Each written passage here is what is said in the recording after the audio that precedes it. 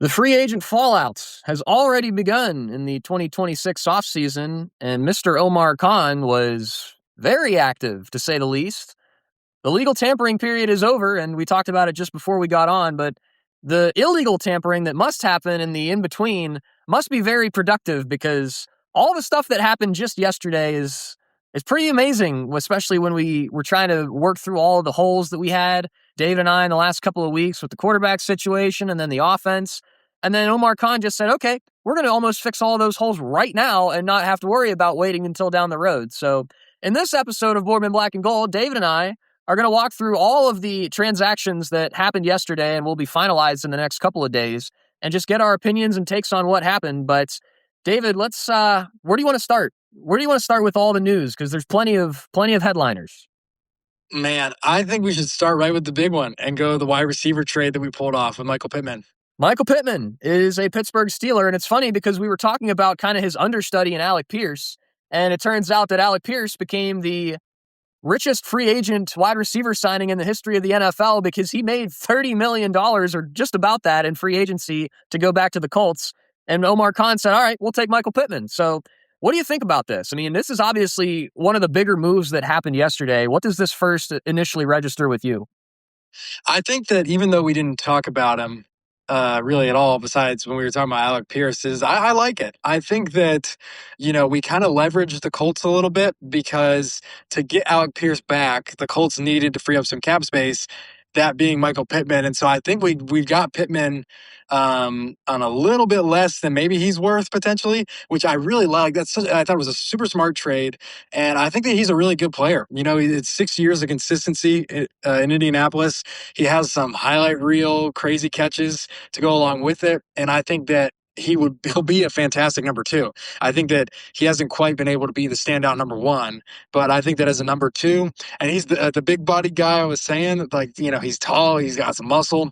I like it. I think it's a good trade, and I think that it helps our wide receiver room to an absurd amount. I think also, too, that I'm just looking at his stats now. He's very durable. He does not miss a lot of games, which is something that I think is something that maybe is an underrated aspect of him because you got to figure, obviously DK Metcalf had gone through a couple of, off the field issues to get him out of the lineup. But also you figure George Pickens, who was probably the wide receiver one of the most recent past for us, he also was fairly injury prone. He had some stretches where he was out of the lineup.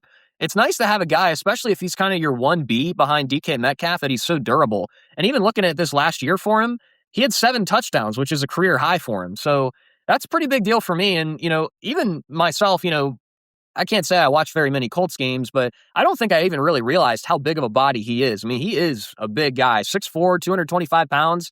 He's not quite DK Metcalf size, but I mean, he's just about as close as you can get for that value of money that we did, which is 3 years, $59 million, which, I mean, that's a pretty darn good deal if I had to say so. And the fact that we also extended him after this deal, it's also really interesting too, because the way that you said that we almost kind of leveraged the Colts were like, okay, well, we want Alec Pierce. And then we're like, all right, well, we'll take Michael Pittman. Now, my question to you is, how quickly does this solve the wide receiver issues that we talked about even just last week? Because this is a pretty darn big name to be slotting into the lineup. Yeah, I think that if we're going off of history, I think that this makes a huge difference. I think it makes a huge difference. Like, it was DK Metcalf and nobody else. I'm pretty sure that no wide receiver had over 30 catches besides DK Metcalf the entire season. So, and DK Metcalf had like 800 yards and 6 touchdowns in what was a bad year for our offense and him. So, that's impressive for a bad year and with no other wide receiver. So, I think that this really... this gives me a lot of hope. I think that we can have wide receiver room. I still would probably like to see us draft a guy, just either first or second round, and see what we can do with that number 3 spot. But I think that he's a perfect pairing because, if defenses don't do it to start, they're going to learn that you can't just do what they did last year, where it's like, all right, zero in on Metcalf, the other guys are fine. Pittman, I think, is going to be one of those guys where it's like, all right, one-on-one, it's like, he's going to beat you too in those, up for grabs balls.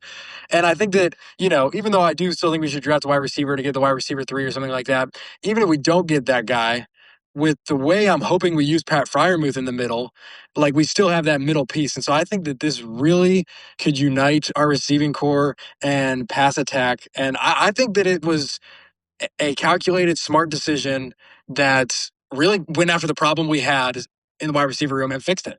Well, that's kind of why I was so shocked when I saw it, because in our talks, we were thinking, okay, either free agency or draft. We had a couple of decent options in free agency, but if you look at what some of these free agents went for yesterday, I mean, Mike Evans, a 3-year deal to the 49ers. Like, I mean, that's unbelievable. And then again, Alec Pierce is like the richest wide receiver signing in the history of the NFL, which is unbelievable.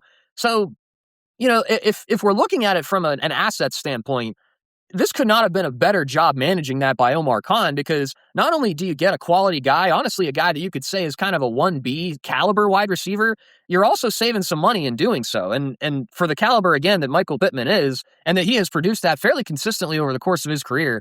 I mean, I'm not going to say that I could have thought of this, but I'm glad that we've got a guy like Omar Khan that absolutely can.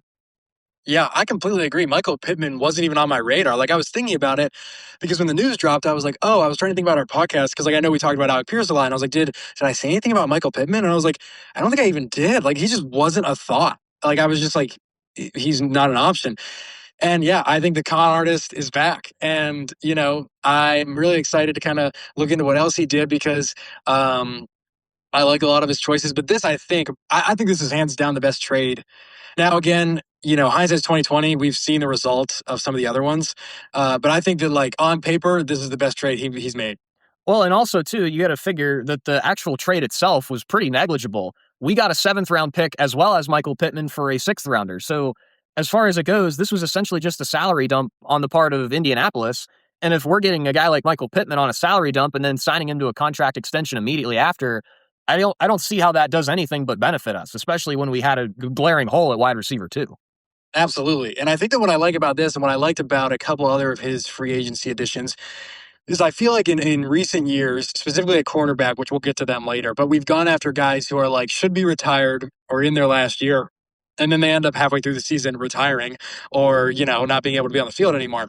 But I feel like with Metcalf and then now with Pittman, we're making really like intentional decisions of like, okay, we're not going to get a guy who just came into the league. We're not going to get a guy like Mike Evans who's about to go out of the league. We're going to get a guy who's like, is in his, end of his peak, maybe at his peak, knows this league. And I think that we did the same thing with Metcalf with that trade and then extending him right away. It's like, I like that we're not just throwing something on the wall and seeing what sticks. It's like, no, we've put these guys on the wall and we're putting our money where our mouth is. You're going to be here and let's win. And I like that a lot. Proven guys. You love proven guys, especially if they're on the south end of 30 years old, which Michael Pittman's going to be 29 this year, and that's certainly a decent age range. I mean, you got guys like Tyreek Hill that are, getting up there in age, that have injury history, and it's like Michael Pittman just seems like the right fit for what we were needing, and I couldn't be happier with this move. Now, let's move on to the other part of the offense that we talked a lot about last week. We did lose Kenneth Gainwell to the Tampa Bay Buccaneers.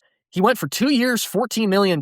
So that's nearly running back one money, which we kind of figured was something that might happen. But in the aftermath, we go out and we get Rico Dowdle on a 2-year, 12 and change $1 million deal. And he just had a breakout year with the Panthers last year, kind of as like a running back 1B behind Chuba Hubbard. I mean, you could even argue that Rico Dowdle was kind of the 1A at points last season. So as much as we lost Kenneth Gainwell, and it's definitely something to say when you lose your team MVP for a season, I don't feel like there's much of a better option to replace him than Rico Dowdle, especially for the money aspect of it, too. No, I completely agree. And especially on the ground game, I think that he's in the pass game, he might not be an improvement, but in the run game, he without a doubt, I think is an improvement. And I don't know their age differences. I think the Kenneth Gainwell and Dowdle might be similar ages, but they're both still respectively young. And I think that it was an amazing free agency signing, letting Kenneth Gainwell go and bringing in Dowdle, because Dowdle back-to-back years has been a guy who, like, going into the year was like, okay, number 2, number 3, we'll see. And then it's like, whoa, like, is this guy number 1? Is this guy, like, he did it in Dallas and then he did it again, even better in Carolina. And so, it's back-to-back 1,000-yard seasons. You can't really complain with that. And I think that, we talked about how necessary that the 1-2 punch of Warren and Gainwell will be. I think that the punch of Warren and Dowdle will be just as potent as we were hoping the other one to be. I was just watching some highlights from Rico Dowdle's season last year with Carolina, and the two things that I wrote down as far as just watching him play is decisive and downhill. It just looks like he's very decisive with his cuts. He's good at cutting. He's like a bigger, not quite a 6 foot tall, but like a bigger running back. Obviously not nearly as short as Jalen Warren, but he's kind of a bigger body, even though he's not quite as tall. But he moves very fluidly and very quickly. And even just watching the way that he runs, it doesn't look like even for a moment he's ever hesitating whenever he commits to something. It looks like he's very decisive and he just runs downhill, which you kind of get with that punch with Jalen Warren, who's a little bit smaller, a little bit shiftier. If you get a guy that's very decisive, I feel like with Rico Dowdle, and again, who's just a little bit bigger size-wise, I mean, I was looking at this type of stuff, and he's just breaking tackles, he's making people miss, and he's breaking off some really big, long runs and stuff like that. And like you said, back-to-back 1,000-yard seasons, especially even when he's not quite always been the starter, is very impressive, especially if he's splitting time with whoever that was. 2024, I forget who was that. Who was in 2024 with Dallas? Was it like the last chance for Ezekiel Elliott? That's what I was thinking of, but I didn't want to say that and sound stupid, but I think that's what it is. And then he quickly subsided. There might have been one other guy, I feel like, that was there, but I feel like Zeke was the guy at the beginning of the year that they were like, he's back, I think you might be right. I think you might be right about that. But in any case, the fact that, again, he is splitting time and he's still doing the type of things that he's doing is pretty remarkable. And I think he also had back-to-back 200-yard games this season, if I remember correctly. Whoa. Yeah. And I don't know. That's absurd. Maybe not quite. Maybe it was like 200 all-purpose yards or something like that, because I can't imagine that they were both rushing yard games. But that just goes to show you the type of stuff that he can rattle off there. So, yeah. I mean, again, with Gainwell leaving, that stinks, but if there's any better option to replace him, it couldn't be better than Rico Dowdle. I agree. And I think that, we were talking about Warren being the explosiveness and Gainwell kind of being the opposite of that. It's like now we got two guys that are just explosive and still in their own respective ways. And so I'm really excited. And I think I saw a report that said that it's likely they'll move Dowdle really to the one spot, and Jalen Warren will kind of do what he's been doing his entire career with us, which I think I'm really excited to see. And so, yeah, again, I think it's a great signing. Yep, couldn't agree more. So, I mean, those are the two big things on the offensive side. Now, I guess before we go to the defense, do you think that, again, I think you kind of mentioned it, but do you think there's still a need to get maybe one more wide receiver in this little scenario that we've got going on? I do. I would still want our first round pick to be a wide receiver, simply because kind of what you mentioned, even though these guys are south of 30, they're still, into their career a good amount. And so I would like to still be building for the future. And I would love to have a prospect that another team would try and slide them right into their number 2 or number 1 spot. But it's like, he doesn't have to do that. He can grow in the number 3 and learn from these two veterans. I think that's a recipe for success. Now, the follow-up to that is, and this becomes a much more interesting situation, because now we're sitting here looking at ourselves and we don't have a quarterback. And as good as this offense looks, probably the most important part of the offense is still POWMIA. And as much as we think it's going to be Aaron Rodgers, I mean, Malik Willis is off the table. We saw him go to Miami yesterday. I've seen some stuff about maybe the Steelers going out and looking at Kirk Cousins. I've seen some stuff about, I like your face there. We can talk about that in a second. But I've also seen some stuff about like Kyler Murray, that he just got released from the Cardinals. So what are we going to do with this quarterback situation? Because in my opinion, for us to build this offense so intentionally and so quickly, it would just be a disservice to all that we've done so far if we don't have good quarterback play. And the question is Aaron Rodgers, a 43-year-old Aaron Rodgers, sufficient enough quarterback play to complement this offense enough?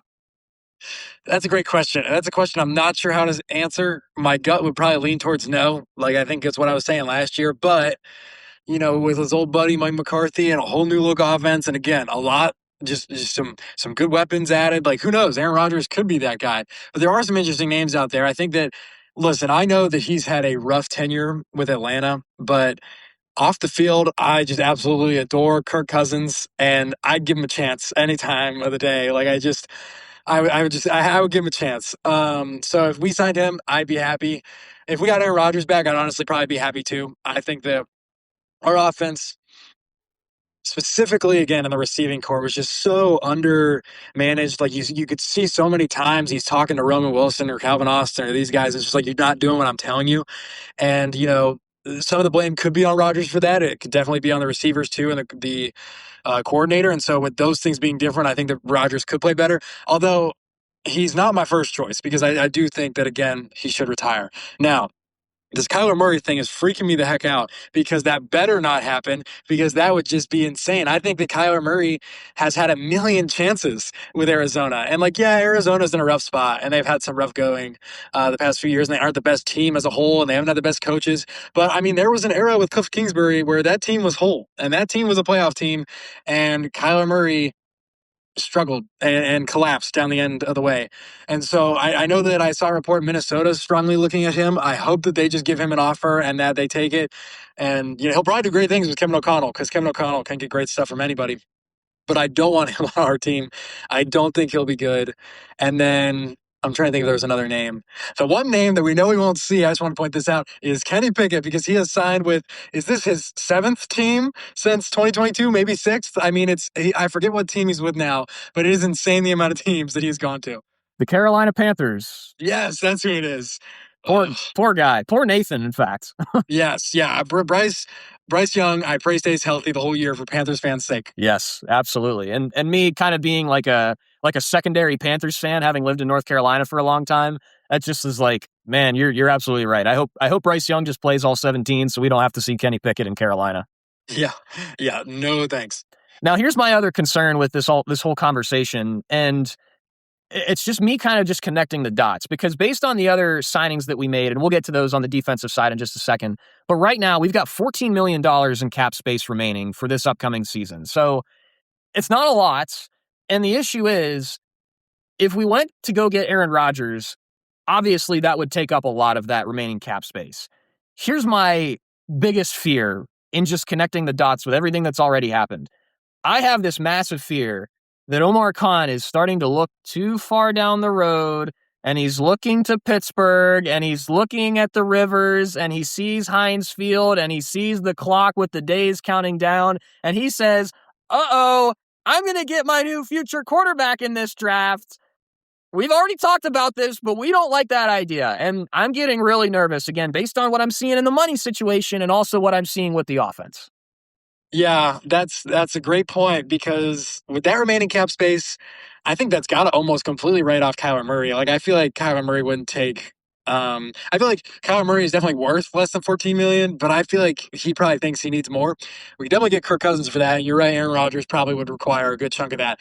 So that is scary to think about that he's thinking the draft and that it likely would probably be Ty Simpson because it's almost oh man, listen.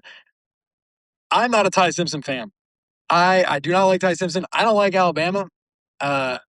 Somehow, I like Alabama less with Nick Saban gone, which is just pretty interesting. I didn't think that could happen.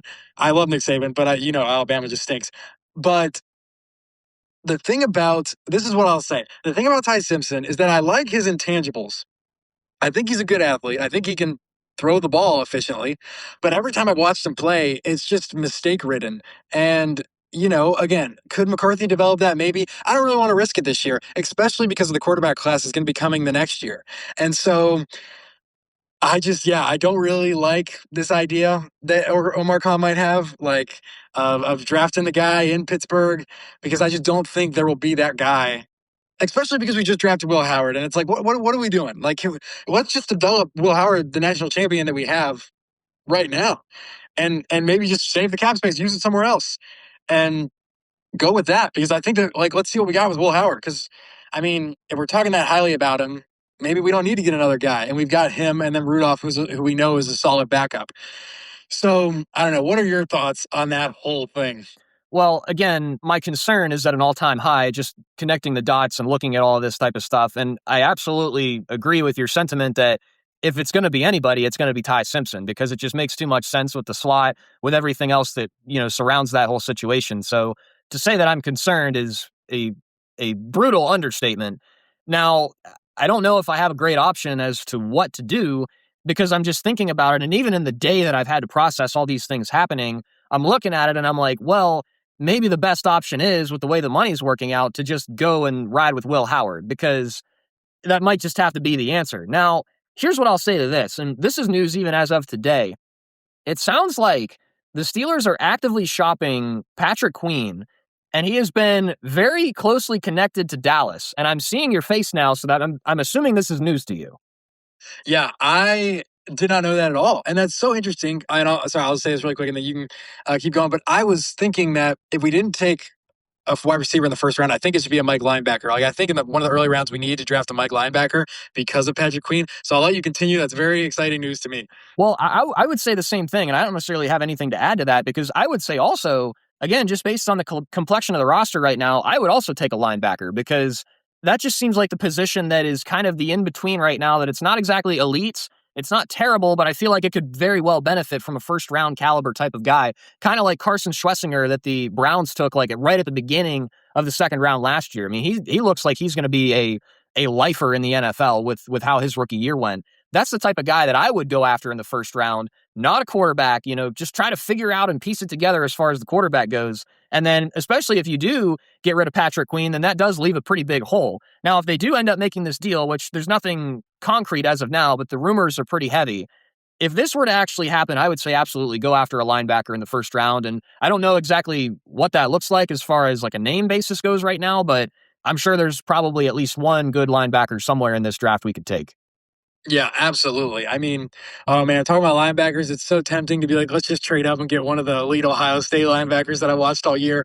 But yeah, I think that I do think it's time to move on from Queen as our number one linebacker, whether it's through the draft or through the trade or whatever. And I'd be interested to see what Dallas is willing to give.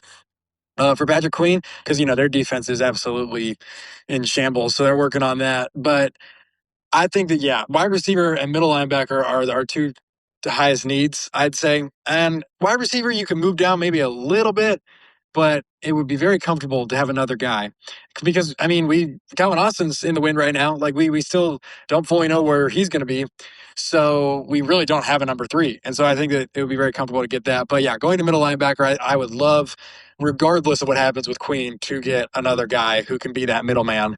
And I think it's a necessity. Here's what I'll say too, and we're still dodging the defensive acquisitions we made, but I keep thinking of these new talking points. Here's another question. We have 12 draft picks in this upcoming draft. So if we were to trade Patrick Queen, what realistically could we even get back that would even make sense? Because if I'm figuring right now, this is probably going to be a salary dump type of thing if we were to make this move anyway. Receiving a draft pick, even in these middle rounds, I think we have 3 third-round picks this year, if I remember correctly. So, and that's the whole point is like, are we really going to just take all of these picks? I mean, I feel like this is an opportunity for asset management on Omar Khan's behalf. So is there maybe a player that we could get somewhere else that would fit the bid in a deal like this with Patrick Queen? Because again, I can't imagine we just use all 12 of these picks this year.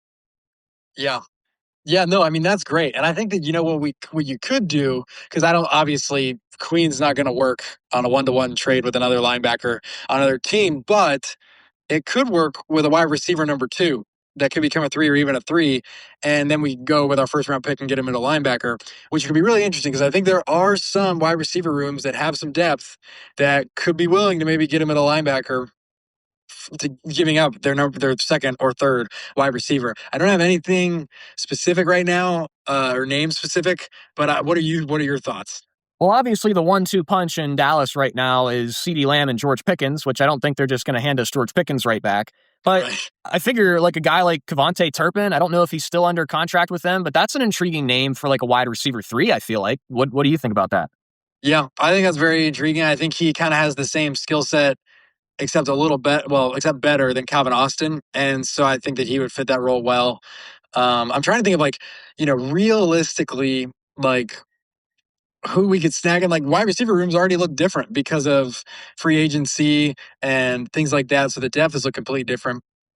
But yeah, I don't know. That'd be very interesting to kind of look through the teams and see who could we get, who's like a little bit of a younger under the radar kind of guy that we could trade for Patrick Queen where someone has a need. Right. Well, so I'll say this actually. This just came to my mind. And I don't know if they'd be willing to give up on him because he had a sophomore slump. But there had been talks of the Jaguars maybe shopping around Brian Thomas. I don't know how legitimate they were, but because of his little bit of a sophomore slump, they just lost I think his name's Devin Lloyd or Greg Lloyd, to free agency. So they're in need. So that could be an interesting conversation because I know that his stock was going down in Jacksonville, and he's a very young guy. So there's definitely, I think, room looking at different teams, seeing what wide receivers they might be willing to give for Queen. I've seen that Brian Thomas Jr. was actually linked to Pittsburgh in some rumors and stuff like that. But the only issue with that is I don't know if Patrick Queen, if I were to trade Patrick Queen, I don't think that I would want to have to trade more than him to receive anything else. And that's one of those guys that, again, I mean, he was only drafted just a handful of years ago. I don't think that Patrick Queen straight up would be able to get back Brian Thomas Jr., even though he did have a pretty horrendous year last year. I don't think that's enough to really tantalize them. And if I'm having to put Patrick Queen with something else on top to get something else, I wouldn't do that. If I can just get rid of Patrick Queen and dump his salary to somewhere else and then maybe get something, marginal in return, I would do that. But if I'm having to attach anything else, I would probably stay away from that. Yeah, yeah, no, I think that's a good point. I like that. I wouldn't want to overextend with what we have. And on top of that, too, again, especially if Dallas specifically wants Patrick Queen, I would just say, yeah, sure, go for it. I mean, I wouldn't be holding on to him too tightly, if that makes sense. Yeah, no, I'd agree. Like, if they're going to give us a fourth, third round pick, it's like, sure. Like, yeah, well, we can find something to do with that. Right, absolutely. All right. It seems like as good a time as ever to talk about the defensive signings that we made. A couple of returners. We've got Asante Samuel Jr. back at cornerback for 1 year, $4 million. And then we also brought back Cole Holcomb on a 2-year deal. I know we've talked about Cole Holcomb pretty sparingly because he's kind of been in and out of the lineup over the last couple of years. What do you think about those two signings and bringing back Samuel and Holcomb? I like Cole Holcomb a lot. I think that for depth, I like him especially a lot. But also, if we trade away Queen, before his injury in 2024, he was rock solid in the middle. Him and who's the other guy in 2024? Elandon Roberts. Yeah. Elandon Roberts. Like those guys, they were really holding it down the beginning of that season. And so if his play is anything to that level, like I think that it's a good signing, and I think that he'd be a great supplementary guy. So I think that he's a solid guy to kind of bring back just for depth alone, but on the upside that he could be as good as he was in 2024.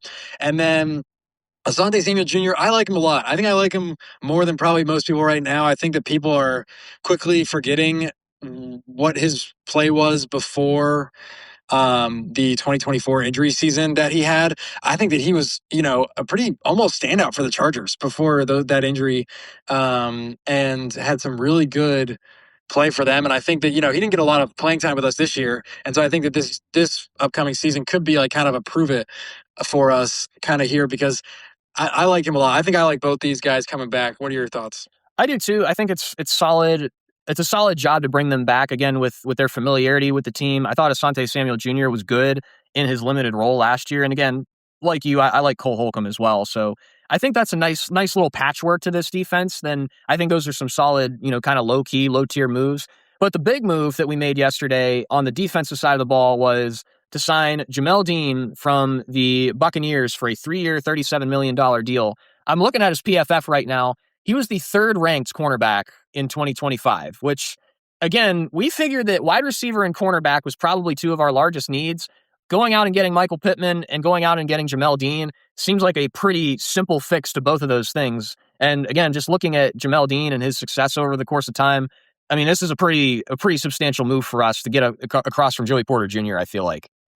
Yeah, I completely agree. I think that this is another guy kind of like Michael Pittman. Like, I think he's played at least 12 or 13 games in every single season. He's very consistent. His stats are very consistent. And yeah, that PFF rating is just insane. And I like him a lot. And he's on a good, like, he's coming from the Bucs defense. And so it's not just like a meh defense. Like, they were a lot better in 2020 and 2021, but it's still like a pretty solid defense. And I think that this is a great addition again. And what I like about it too is that it's not like Darius Slay or Patrick Peterson, where it's like, all right, if you weren't with us, would you be in the league? It's like, no, this guy's still got a lot of years left.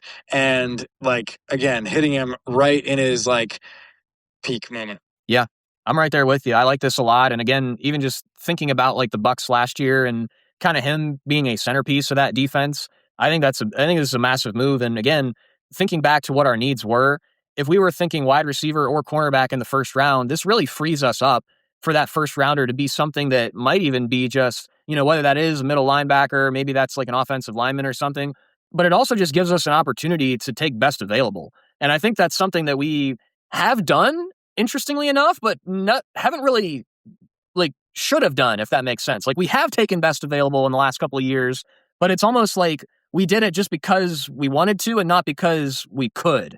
Does that track? Is that making sense? Yeah. Yeah, I think so. I think it's like you were so excited that you could do this, you didn't think about whether you should. And so it would be nice for us to just do that and not be like, well, we should have done this if we can kind of cover these bases, like you're saying, which would be nice. And yeah, I think we're filling a lot of holes really well. And so I hope we continue to do that. And then with the draft, we also do that. So the cornerbacks right now, it looks like JPJ, Jamel Dean, and Asante Samuel in some respect. We did lose James Pierre, which he didn't sign for nearly as much as I thought he might have. He did end up going to the Minnesota Vikings. So, and here's my question to you. How much fool's gold do you think James Pierre's season was last year? I don't think it's too much fool's gold, if I'm being honest. Like I think he's been with us since 2020, kind of on and off the practice squad. And I feel like I specifically remember in 2020 him getting a game-winning interception. Like since then, when he's been on the field, it's been just solid play. Like I feel like he's a good quarterback, and it'll be interesting to see what he does with a higher role because I think he does benefit from, we've never seen him in a number 2 or number 1 spot really, and so who knows how he'll do there.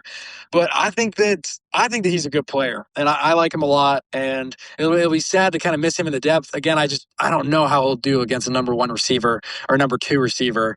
So that is a little bit of caution, but I like him a lot. Okay. I know. I remember a couple of years. I want to say maybe that 2024 season. Like whenever we saw James Pierre on the field, I was just like, here we go again.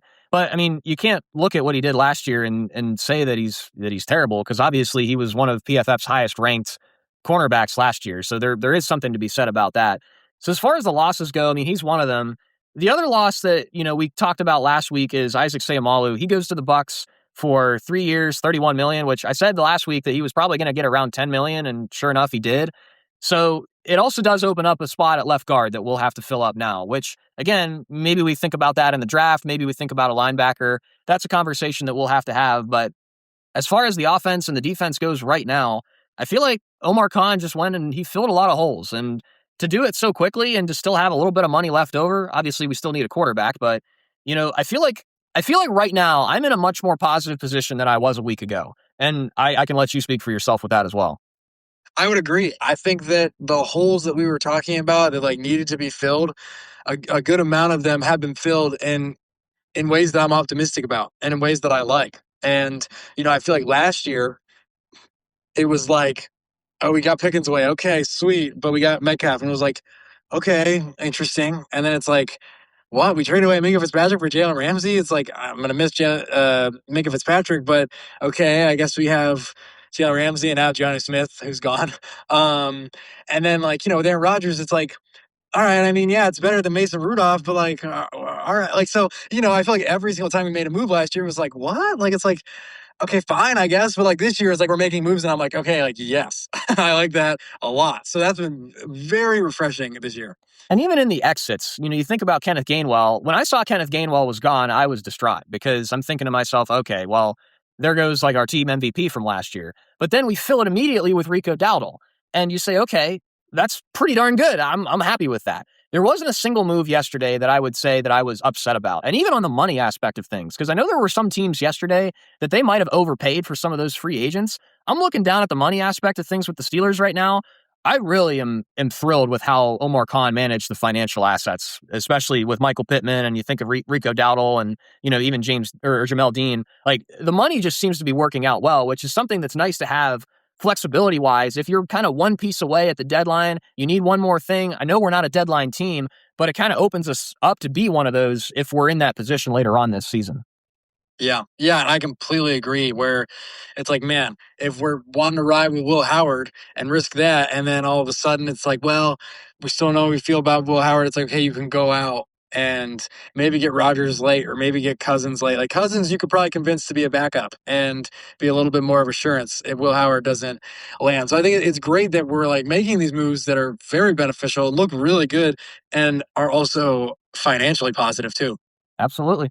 And I like the guys too. Like the Yeah. personas of these signings I think are good. And we talked about it at length last week that we need to get rid of the superstar or the pop stars, and we got to get back to the blue collar aspect of things. And I think a lot of these guys they fit that bill, which is excellent.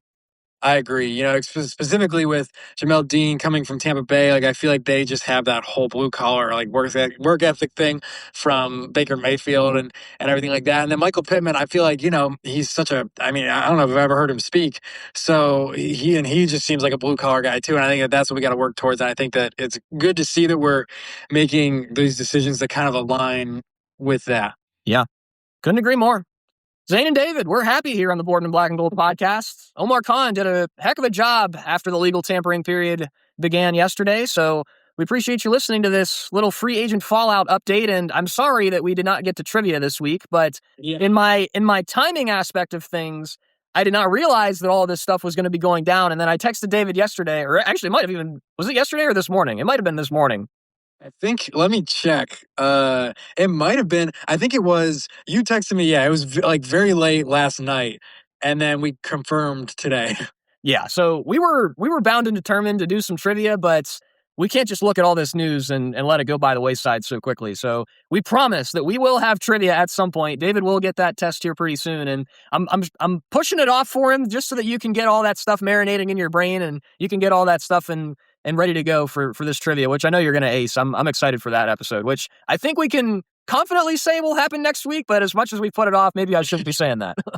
Yeah, I would love for it to be next week. I'm super excited, but with Omar Khan at the helm, who knows? There could be another thing happening. We could have a quarterback. Who knows? We could have a quarterback. We could trade Patrick Queen. We don't know what's going to happen, but regardless, we will be breaking it all down here on the Boardman Black and Gold podcast, which is always sponsored by Zecca Enterprises, crafting furniture solutions in northwestern Pennsylvania. You can call 919-406-4679 to turn your furniture problems into furniture solutions. Any final thoughts, David? I am optimistic. We're happy. We're feeling good. And I think that this, is a great way to start off. I feel like every decision that's being made has been a great way to start off the 2026 season. Couldn't agree more. Do we say this often? Because I feel like we've had this conversation in years past, but at some point the play on the field also has to step up and do the thing, Oh, without a doubt. And I think that maybe part of the reason of the last 2 years why we haven't been as optimistic is because there has been that overarching cloud of Mike Tomlin is still here and we're going to be 10-7 and losing the wild card. We know what's going to happen. And this year it's like, we don't know what's going to happen, but we like what's going on right now. Yeah. We like the direction. We like the promise. I think the promise is the word that we should use for this because we don't have any idea what Mike McCarthy's team is going to look like, nor how it will play, but we have some optimism. We like Michael Pittman. We like Rico Dowdle. We like Jamel Dean. We like all of these guys. We like these new additions that we've got. So we'll see what the Pittsburgh Steelers can do this offseason in continuation because we do still need a quarterback. And when that news drops, we will undoubtedly be covering that here on the Boardman Black and Gold podcast. As always, Zane Bloom, joined by David DeSantis. Thanks for listening. And we will see you next week for some trivia. We promise. We promise.